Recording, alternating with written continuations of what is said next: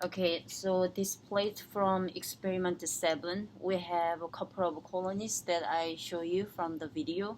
So I'm gonna only pick one of a colony. The your manual said 2, but I'm just gonna pick one of them. They are quite very well isolate each other. Uh, Before that, I'll take this is straw, so I don't have to really flame this one. So I'll take a 7 ml of LD from this and transfer to little culture tube.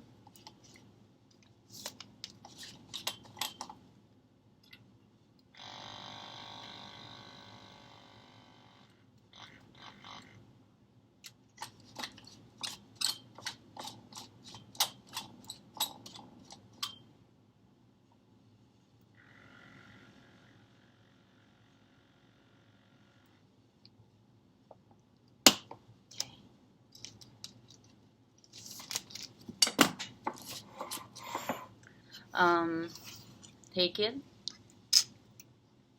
and I'm not gonna talk in front of it, but you can choose one of them very well isolate colony and put it inside of your test tube.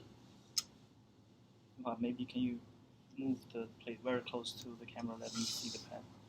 Right, and then so Yonghua is going to use the tip to touch and basically grab one of the colonies. There you go, that's it. And then she's going to gently pat it into the media. So you won't be able to visually appreciate how the colony is going into the media, but once you grab it like that and touch the media and swirl a little bit like that, it's already in there, and it's basically successfully we finished the inoculation of the media.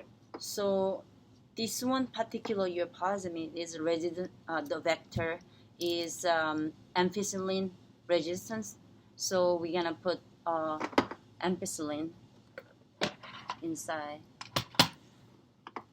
Right. So this step, as you probably already understand, will select only for your particular plasmid, right? If you have any contamination of any other DNA plasmid in your sample, or any bacterial cells that don't have your plasmid, right? They hopefully wouldn't be able to grow in an environment where you have strong, higher enough concentration of ampicillin. Yeah, I already label before the video starts. So we will move to. I will bring it to shaker. You already seen little shaker, 37 Celsius degrees shaker.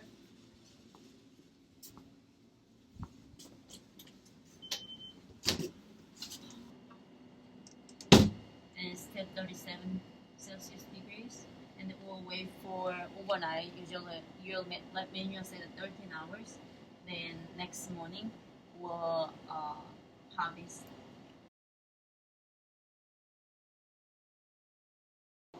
Okay, next morning we ate for more than 13 hours, so we'll take our tube from yesterday out, and it must be a little bit cloudy. So yesterday it was very clean, but it's supposed to be a little bit cloudy, which means it will.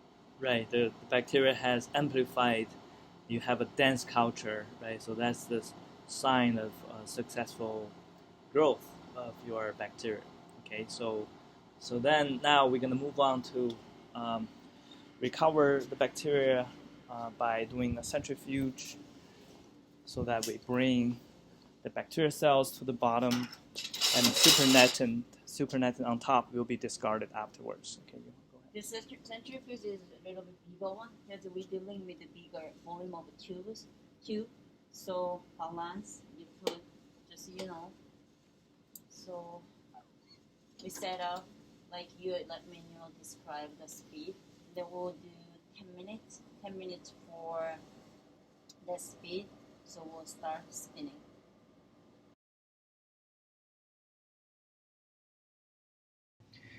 Okay, so we finished the centrifuge. So now Yonghua is showing you the pellet that is left at the bottom of the tube. So we already discarded the supernatant. Okay, so the pellet is what we need for this next step, which is mini prep. So I'm following exactly same step on your manual. So we are putting 250 of P1 buffer.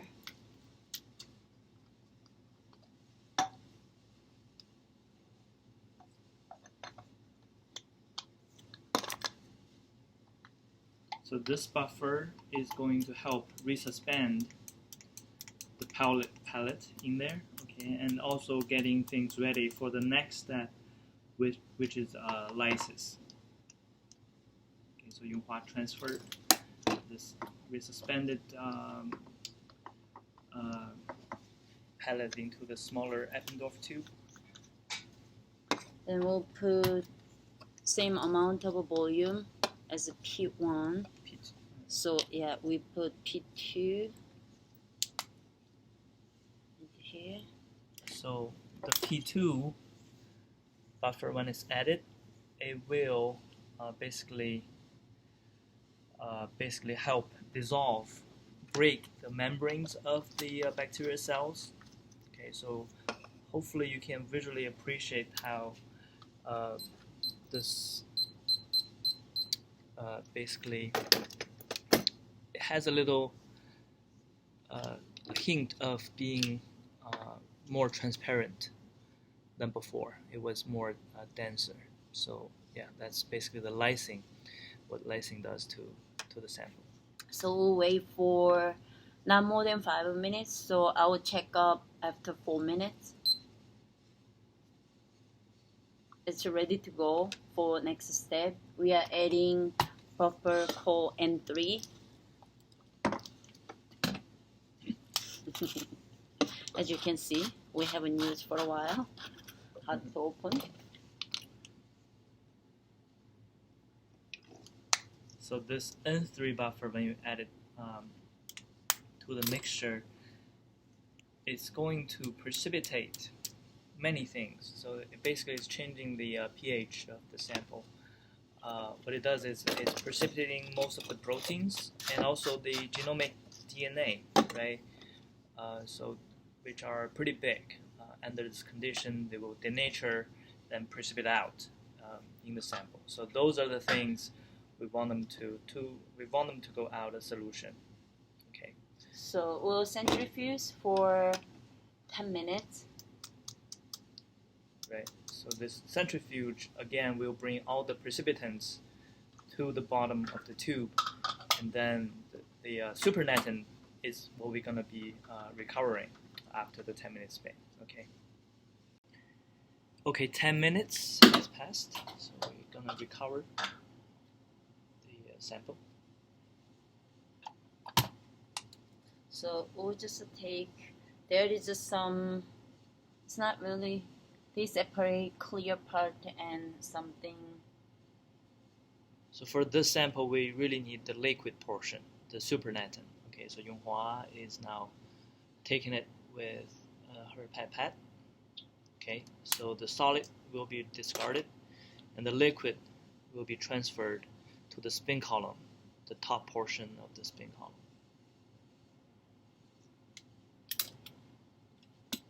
All right, so this will be centrifuged for half a minute to a minute, and it's a similar deal as what we've done in the gel extraction step. The spin column, when you pass liquid through, will capture the DNA at the membrane. Right, the liquid passing by will not contain our DNA sample.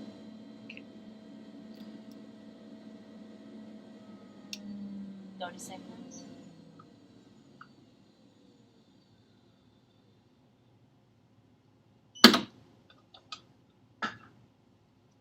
Okay, so Yonghua has recovered it, and the flow through will be discarded. And now we are going to wash the DNA sample with buffer PE. Mhm. This buffer again contains high content of ethanol, so it will not dissolve DNA. DNA trapped at the membrane will not be washed off. It will be staying in there, but it will be clean. Whatever else is there will be washed off.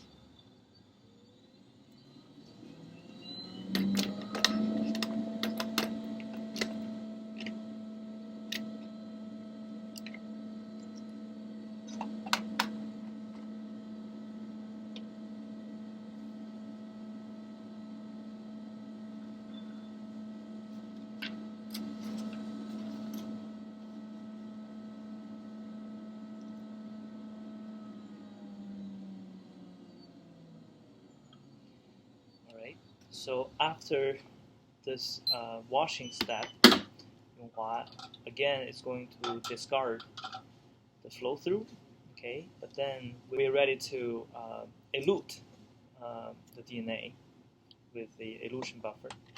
So this can be just water, water will work just as well. So this will be transferred to the top of the membrane where DNA is sitting. So this will dissolve the water here, or the buffer here will dissolve the DNA, and will give 1 minute incubation time for these two to interact with each other, for the DNA to completely go into our buffer, right? And after this 1 minute, we'll then do a final spin for 1 minute, and that will bring all samples of DNA together with the buffer to the bottom of that clean tube, and that's where we're going to keep the samples in for our next experiment.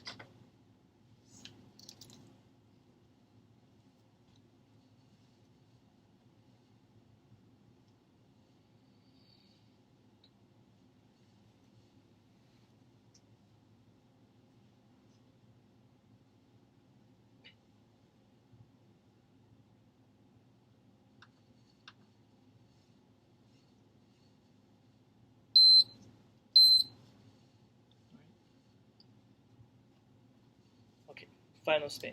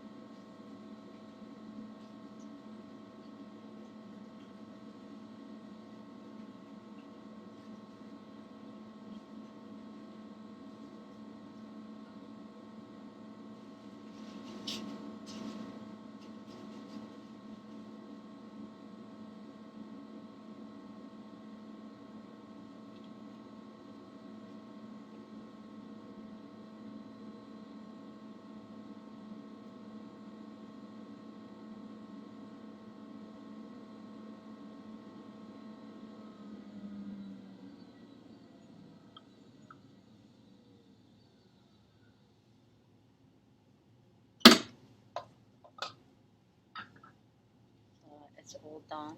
So our product is bottom of tube. Okay. So Right. we can discard this one, and I already label. Alright, so that's it for the mini prep.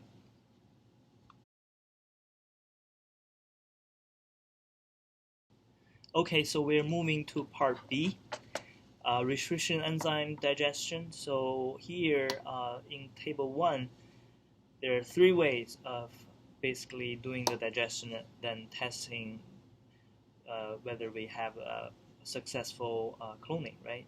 But we will only demonstrate using the second entry in the table 1, which is the group 2, where we're digesting this plasmid which we just purified from mini prep with these 2 enzymes, XBAR1 and SEC1. So these 2 enzymes will cut at either end of our gene and produce a particular size of the band. Hopefully we'll be visualizing on the gel. So Yonghua will demonstrate how to set up the reaction for restriction enzyme digestion following the group 2 recipe. Okay.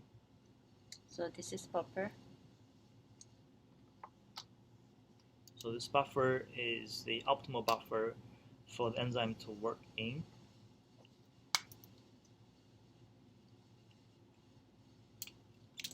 Yonghua is transferring that into a clean tube.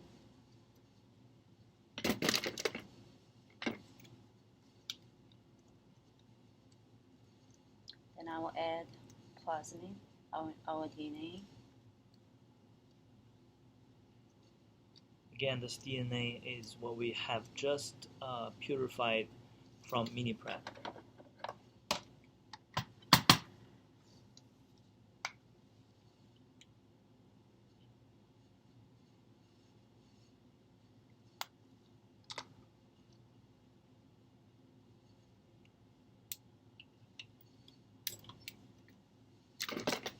Now we ready to add 2 enzymes.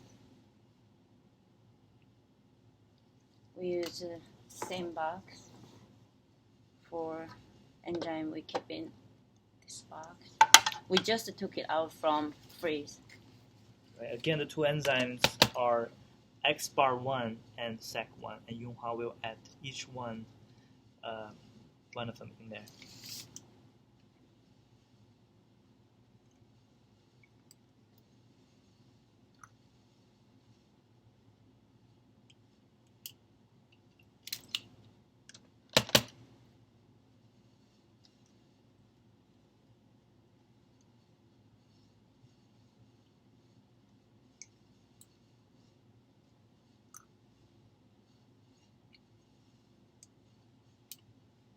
Then last one, we'll add water.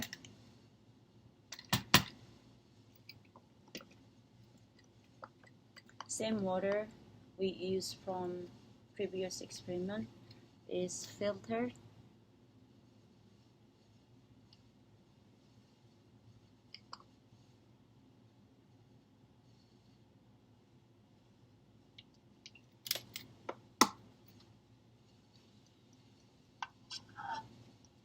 Alright, so this is ready to then be incubated in the 37-degree incubator for 2 hours, and this will allow the enzyme to digest the sample fully to produce the band that we are expecting. Okay, thank you.